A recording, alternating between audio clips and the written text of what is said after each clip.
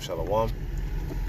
I'd like to start off first and foremost by giving all praises, glory, and honor to Yahweh, Bahashem, Yahweh Shai, Bahashem, Rakar Kadash.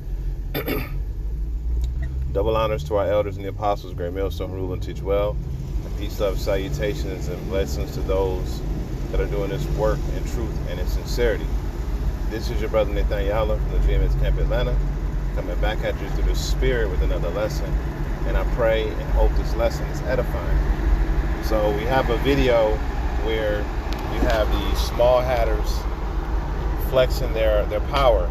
Now, the scriptures clearly say that Esau will be in rulership at the end when the Lord comes back. Okay? And the Israelites will be trodden down and scattered and nothing but oppressed in the last days. Okay? So we're going to start off with that 2nd Ezra 6 and 5. And it says, 6 and 8. And it says, and he said unto me from Abraham unto Isaac, when Jacob and Esau were born of him, Jacob held first the heel of Esau. For Jacob is the end of the world. For Esau is Salakia. So for Esau is the end of the world, and Jacob is the beginning of that following. So we know that at the end of this current age, this end of this age that we're living in, Esau, Edom, will be the one in rulership. Okay? Now you have these other Edomites that are now saying, hey, we're Catholics, we're this, we're that. We don't have to support Zionism. We don't believe in Zionism. And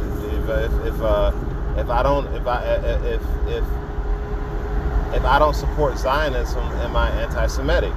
So we have a video here of a woman, right? We have a video here of a woman who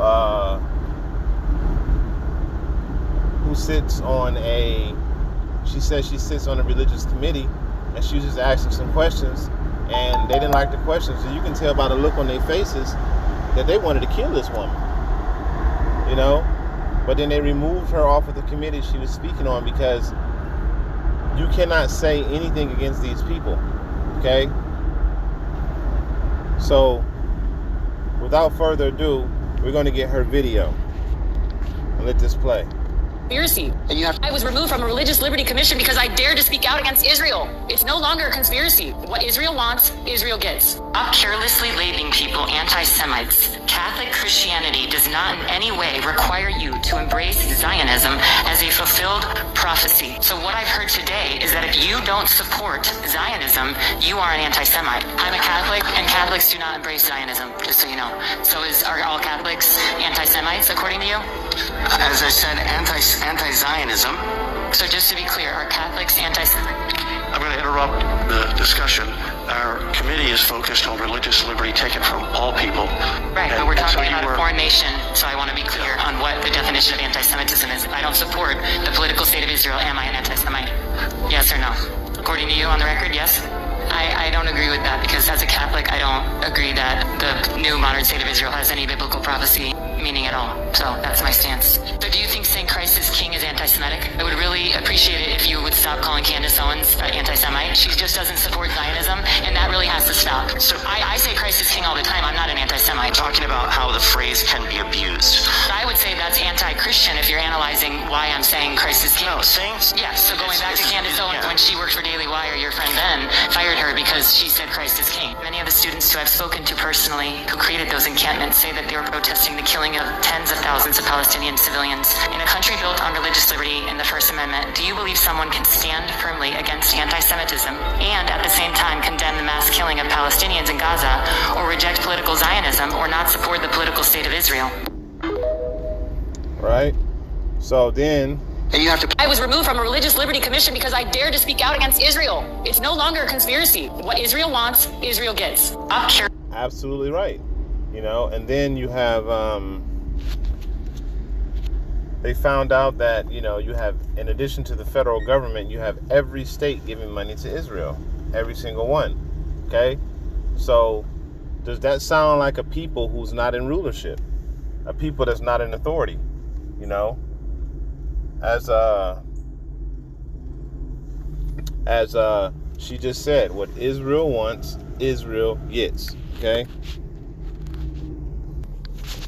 All right. So we're gonna go to the book of Isaiah 29, because this man, you speak out against him, he basically is making you an offender for a word.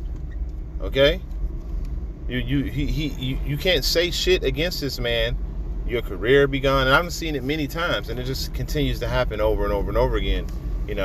This woman got removed off of a committee because she said that Catholics don't believe in Zionism, which is true. Catholics don't believe in Zionism. So because they don't believe in Zionism, they're automatically anti-Semitic, right? And because she spoke that out publicly, she got removed off of her position. You see? So who is that showing that's in power? Is that showing that regular Edomites are in power? Is that showing that Jake is in power? Or is that showing that these people, these small hatters, these little bitty hat people, are the ones that are calling the shots? Okay? So let me get that real. So this is Isaiah 29 and 21. And it says, I'm going to start at verse 20. It says, for the terrible one is brought to naught. And who is the terrible one? Who is the one going around blowing up everything? Performing genocide on people. Poisoning the food, poisoning the water, creating these circumstances to where you just have to continuously work to service them, Who's the one that will throw your ass in jail for nothing, okay? And you'll spend your whole life there. Who's the people that are sacrificing and eating children, right? Who are the people that are doing all that stuff, right? These are the terrible ones. These people are awful people, and you have you Jakes out there, and it really, I mean, this is why the Lord got to destroy most of you Jakes, you 2/3 out there. Because this man has proven time and time and time again that he is unworthy of such things. Okay, you got all of these different Southern Kingdom men that are getting killed by lower level Edomites, right? Drowned and hung and lynched, and they're bragging about it on the internet that they did it, covering it up and shit. And then you got the Northern Kingdom Edomites getting killed by, Israelites getting killed by ICE, okay, and thrown in detention centers and shit, okay. And who is all this facilitated by? By the very people that I'm speaking of, the small hats. They're the ones who are causing all this stuff to happen, putting these programs into place. Okay, so these are the terrible ones. These are the ones that are dropping bombs, in places like Tel Aviv and massacring millions of Gazans just to take the land that's really not theirs in the first place. But nevertheless, still, in the eyes of the world, these are innocent people. In the eyes of the Lord, no one's innocent. But in the eyes of the world, these people ain't did nothing to nobody. You see? They just living their life on their land, and then you got these evil-ass small hatters that just come bomb them, And then they do shit like they'll run a train on a man. Who does that? But the lowest of the low people. We're going to run a train on a man and cover it up with shields. Okay? And then if you speak out about it, you're the one that's wrong. You're the one that's off. Okay? So, verse 21 again, it says, verse 20 again, it says, for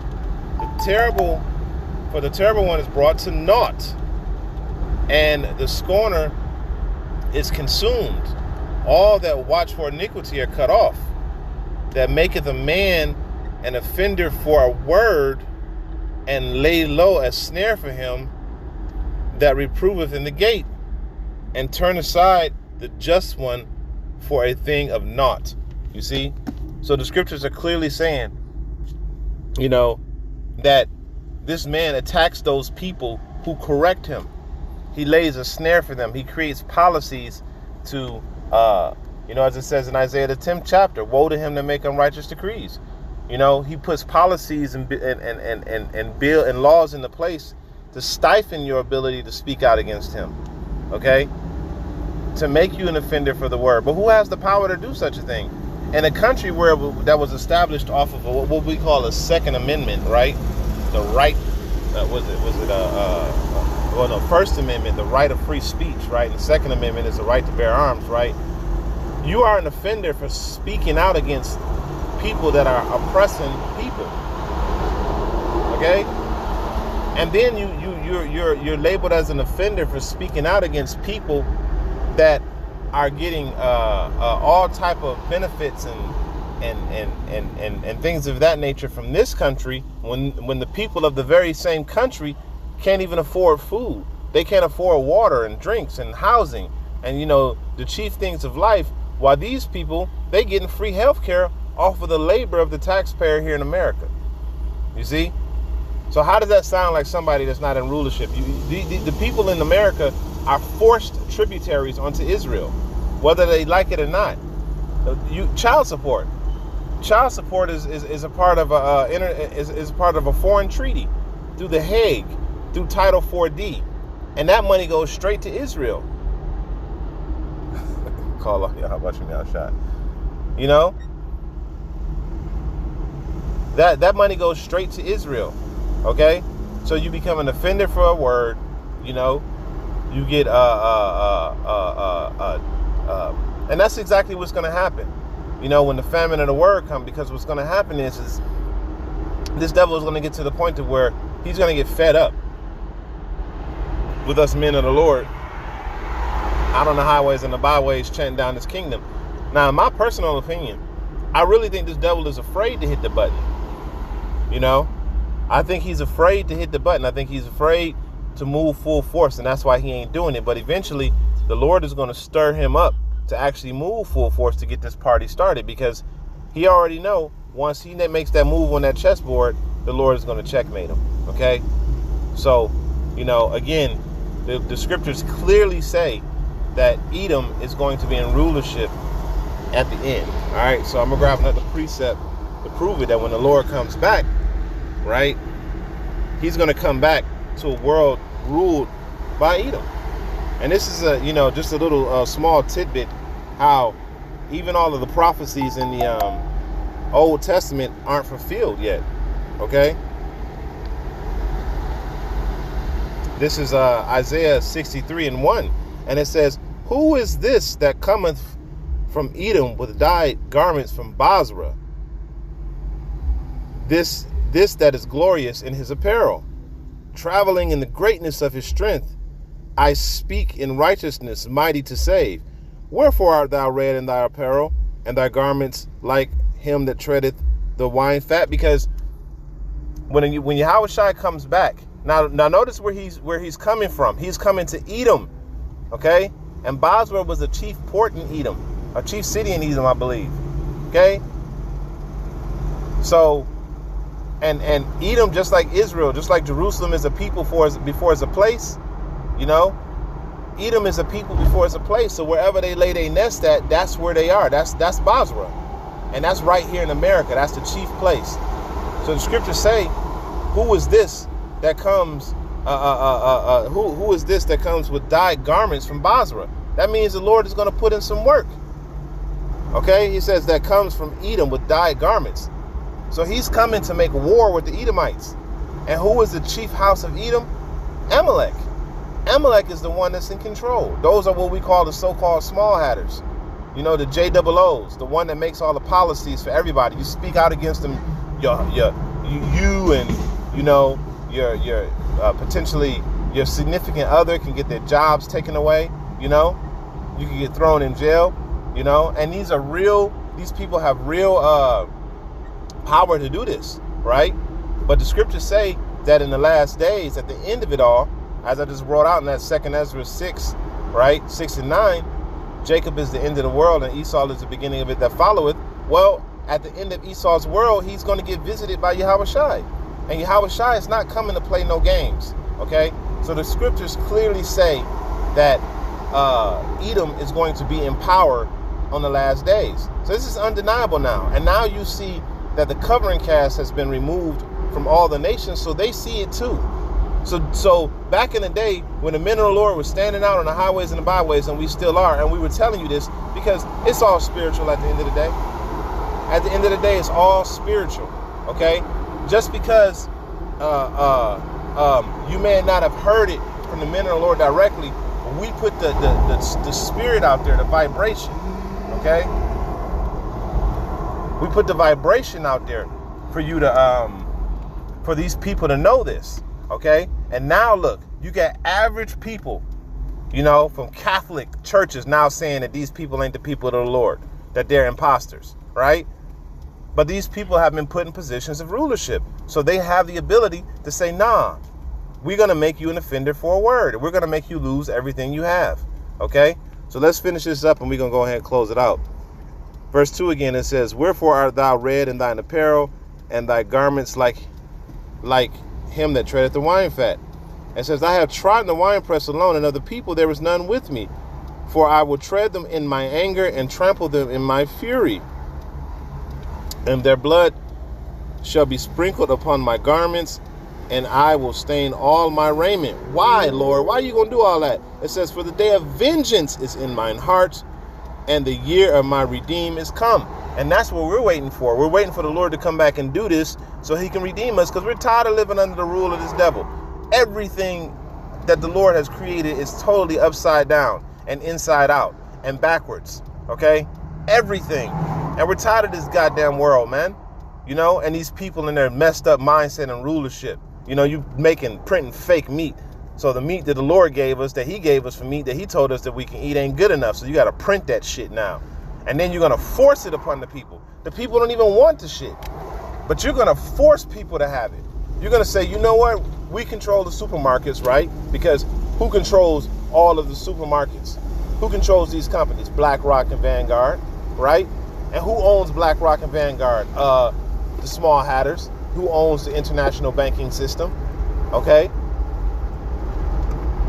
So they own all of these supermarkets and supermarket chains, right? And what do? They put it right in your face, you know? And then you sit there and you eat it. And a lot of times they mask it to make it look like it's real food. But the shit is not real food, okay? It's poison. And this is what they call people goyim, right?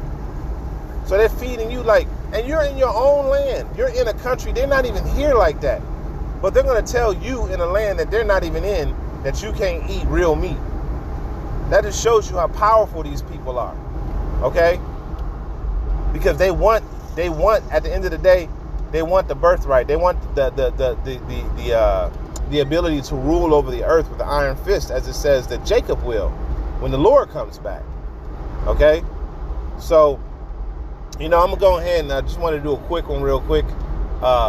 So I'm just going to go ahead and end it off, giving all praises, glory, and honor to Yahweh, Ba'ashem, Yahweh Shai, Ba'ashem, Rakar Kodash. Double honors to our elders and the Apostle Great Millstone. To the next time, Makim, I say Shalom.